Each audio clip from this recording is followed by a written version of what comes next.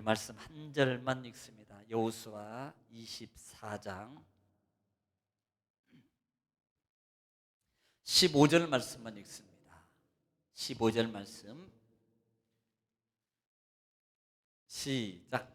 만일 여호와를 섬기는 것이 너희에게 좋지 않게 보이거든 너희 조상들이 강 저쪽에서 섬기던 신들이든지 또는 너희가 거주하는 땅에 있는 아모리 족속의 신들이든지 너희가 섬길 자를 오늘 택하라. 오직 나와 내 집은 여호와를 섬기겠노라 하니. 아멘. 아멘. 할렐루야. 오늘 또 하나님은 여전히 말씀을 통해서 우리에게 말씀하십니다. 그러므로 말씀을 하나님의 음성으로 받으면 기적이 일어납니다. 이것은 1장부터 24장까지의 말씀. 여호수아는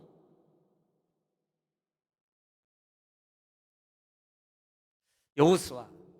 자, 우리는 구분을 1장부터 몇 장? 5장.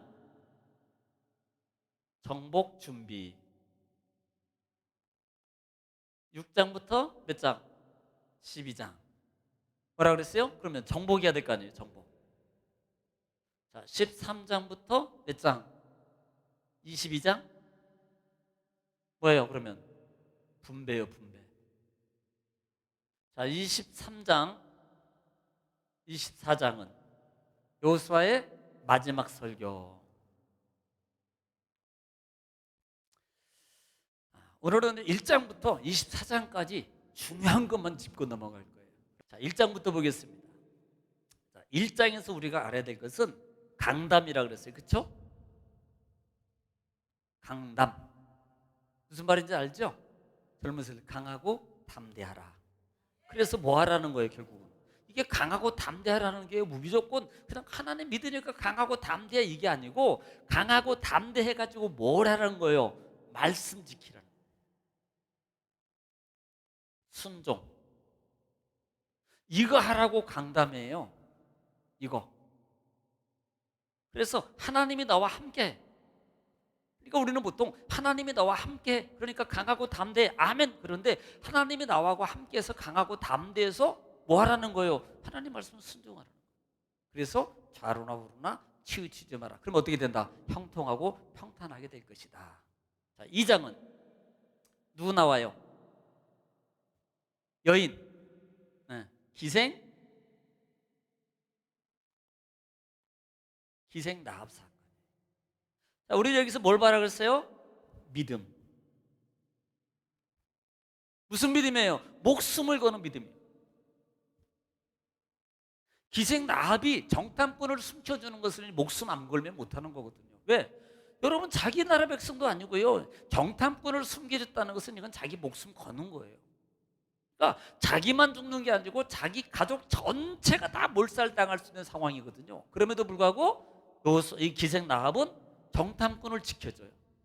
그래서 나중에 생명의 보장을 받죠. 붉은 줄 사건. 자, 3장은, 자, 3장으로 갑니다. 3장은 뭐예요? 3장. 자, 이렇게 해가지고 어디를 건너가요? 요단. 요단을 건너가죠. 그렇죠? 3장에서 요단을 건너가게 됩니다. 요단강. 건너가는데 반드시 뭐예요? 법궤를 따르라. 자, 4장. 4장에서는 건넌 다음에 뭐 했어요? 12돌. 기념. 비를 세워라. 12돌. 4장에는 12돌이 12돌. 12돌. 어디에? 두 군데 세우는 거예요. 두 군데. 요단 강 가운데. 가운데하고 그 다음에 각 지파들마다 하나씩 세우는 거예요. 기억나셔야 돼요. 그 이유가 뭐예요?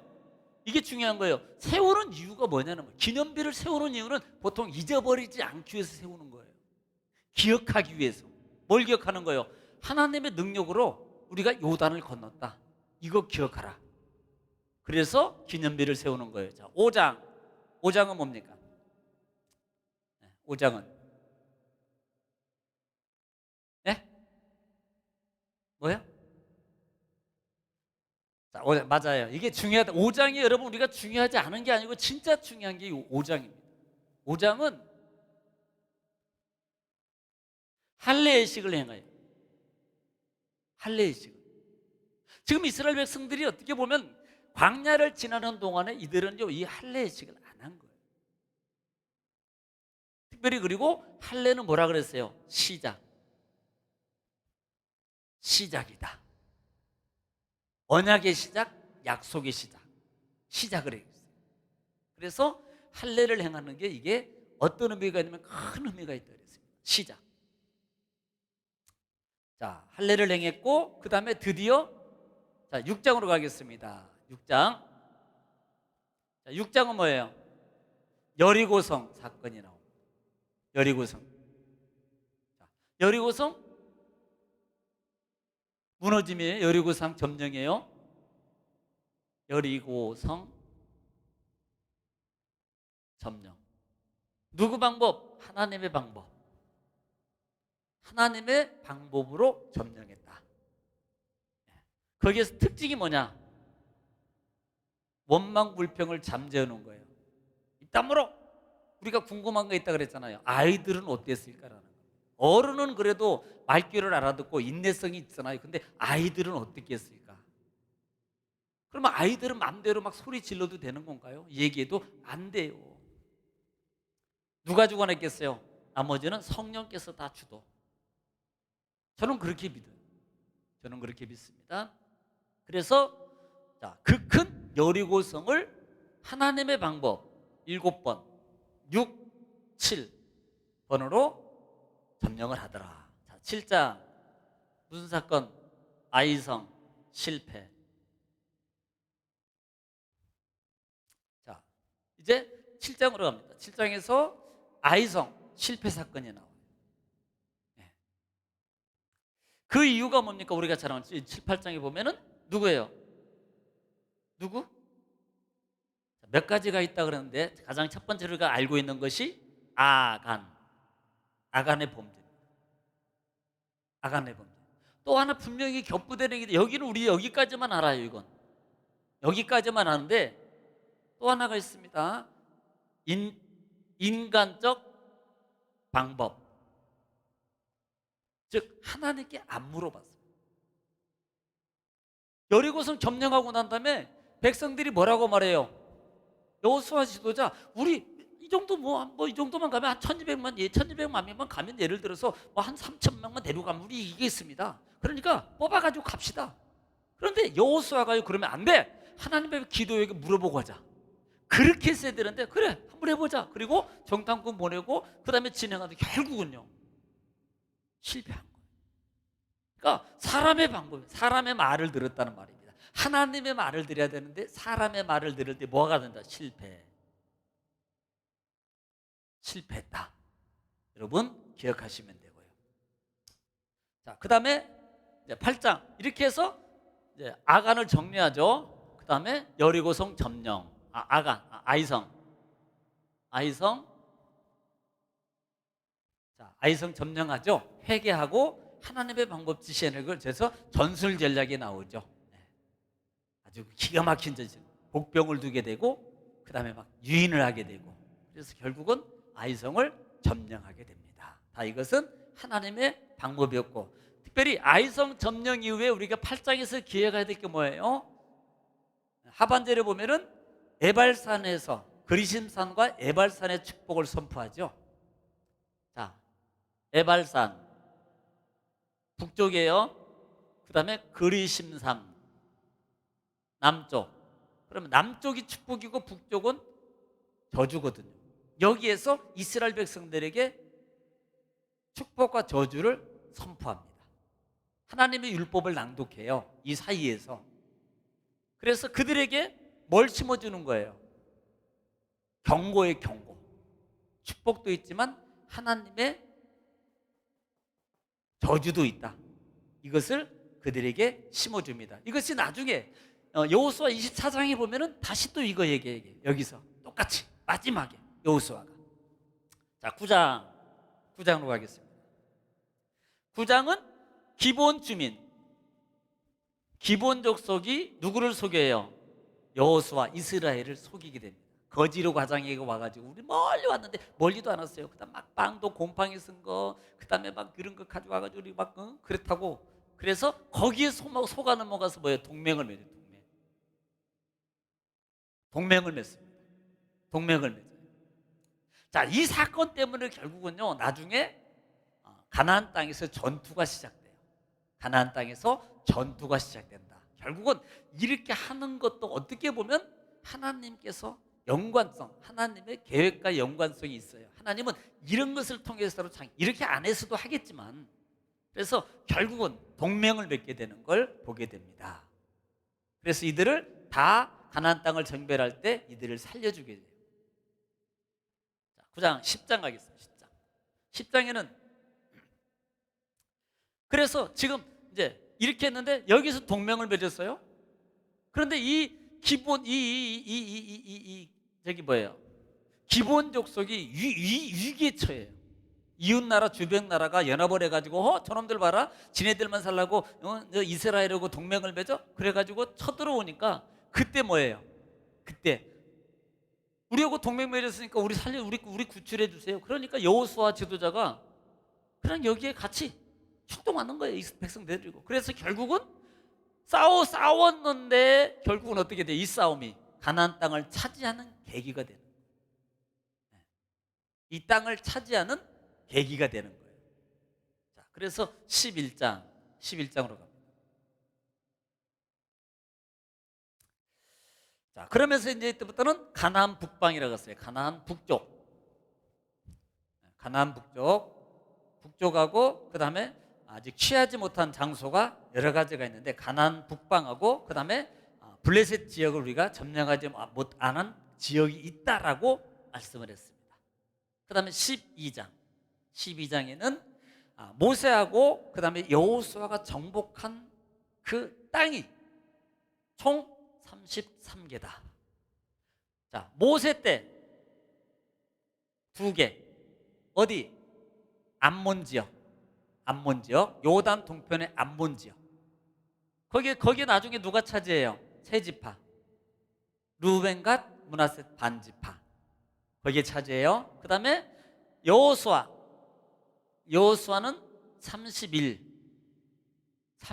왕을 이제 가나안 땅에 30일 왕이에요. 그래서 2개하고 30일 하면 33개를 차지하게 된다. 자, 여기까지 땅이 정복이 끝나요. 자, 13장부터 이제 땅 분배가 시작된다 그랬잖아요. 그런데 13장부터 첫 번째 언급하고 있는 부분이 뭐예요? 아직도 정복하지 않은 지역이 있다.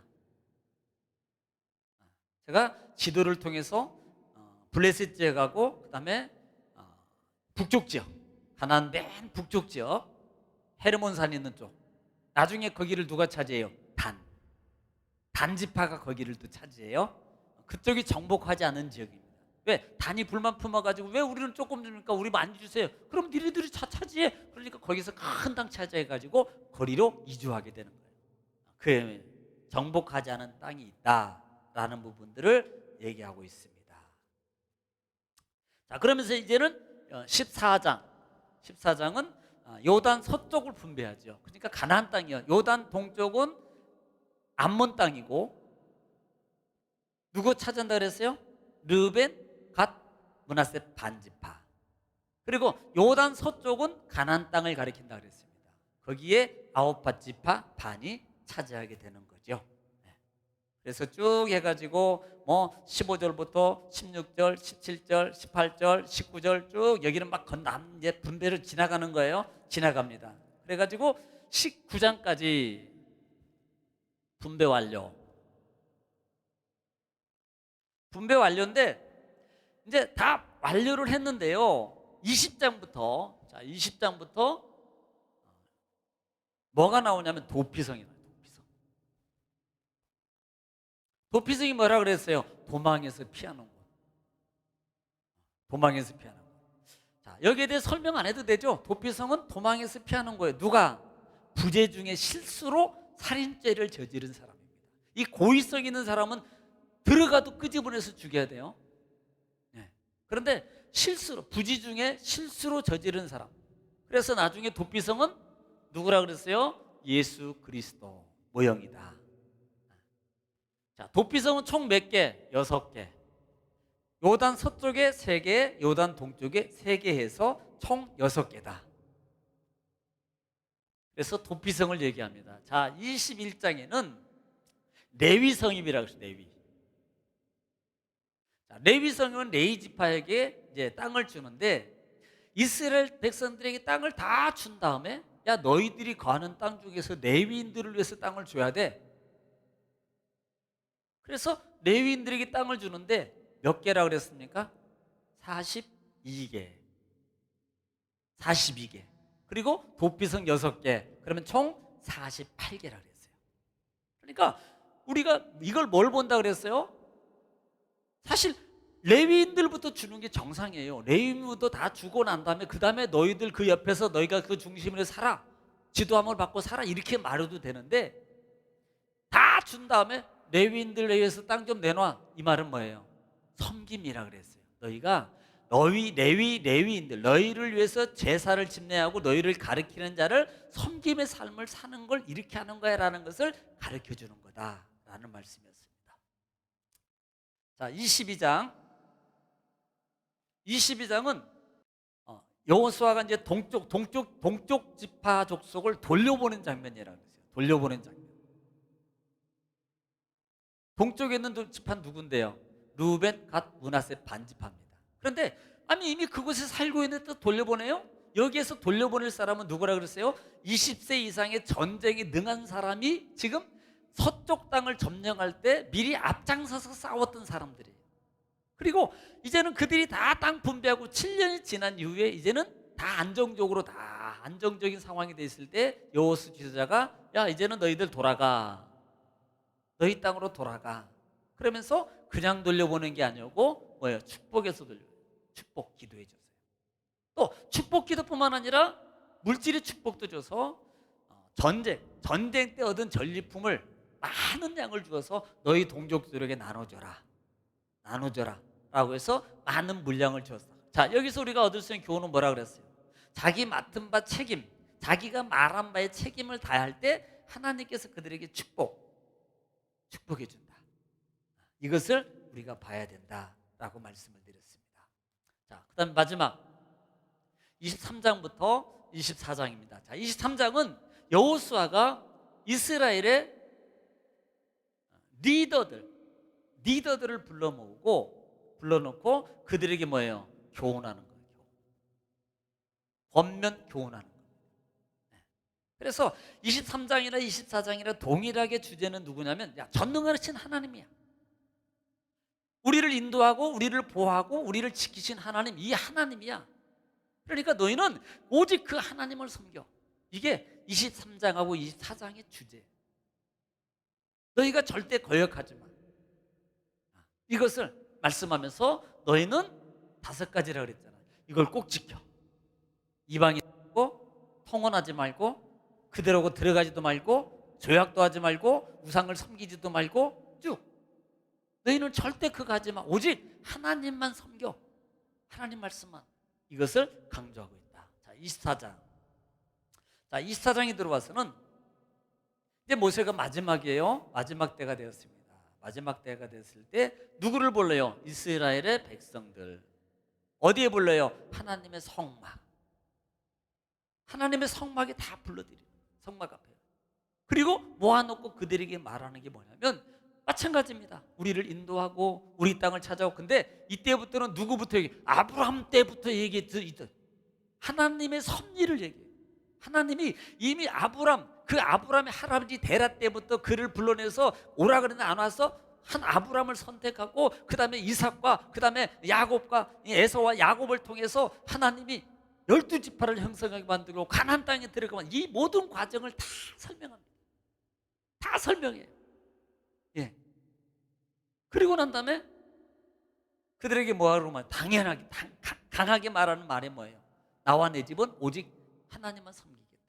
그러니까 너희가 오늘 선택해. 아무리 섬기는 신이든 가나안 땅이든 섬기든 너희들이 선택해. 그러니까 그들이 뭐라 그래요? 오늘 우리는 하나님만 섬기겠습니다. 된다라고 이렇게 말합니다. 그래서 마지막으로 여호수아가 큰 돌을 세우고 그들에게 뭐예요? 약조를 세웁니다. 약조. 그래서 이것이 증거가 돼서 너희가 절대 하나님 앞에서 우리 언제 들었습니까? 하지 못하게 꼭 하나님만 섬기겠다는 그 말에 어디 가서도 변명하지 못하도록 하기 위해서 증표를 세우는 과정이에요. 그리고 마지막으로 여호수아하고 그다음에 제사장 엘라살이 하나님의 불을 받아서 세상을 떠나게 된다라는 부분이 24장 마무리까지 다 했습니다. 자, 여호수아의 가장 중요한 것은 뭐라 그랬어요? 창세기부터 모세 오경에서부터 하나님께서 약속하신 약속이 축복의 약속입니다. 그 축복을 어디에서 이루어요? 여호수아에서 이루어봤는데 그것이 약속의 성취라고 그랬습니다. 그러면 약속의 성취는 결국은 뭘로 받는 거냐? 하나님 앞에 절대적 순종함으로 받는다. 능력을 체험하는 것도 그렇고 하나님의 땅을 지나가는 것도 그렇고 강을 건너가는 것도 그렇고 하나님의 능력과 은혜와 모든 걸 체험하는 것은 순종으로 이루어지는 거다. 이것을 강력하게 보여주고 있는 거예요. 그래서 우리가 정말로 여호수아를 통해서 우리가 얻을 수 있는 교훈은 순종해야만이 하나님의 약속을 받는다. 안다고 받는 게 아니고 가지고 있다고 받는 게 아니다. 절대적이야. 이건 하나님 앞에 어떤 상황에도 순종함으로써 하나님의 약속과 축복을 누리게 된다는 그 하나님의 법칙입니다. 그 법칙을 알고 여러분 우리 남은 생애 동안에도 하나님 말씀에 잘 순종해서 섬김의 삶으로 축복의 삶으로 정말 땅땅거리면서 하나님의 축복을 누리고 나누고 살아가는 저와 여러분 되시기를 주님의 이름으로 축원합니다.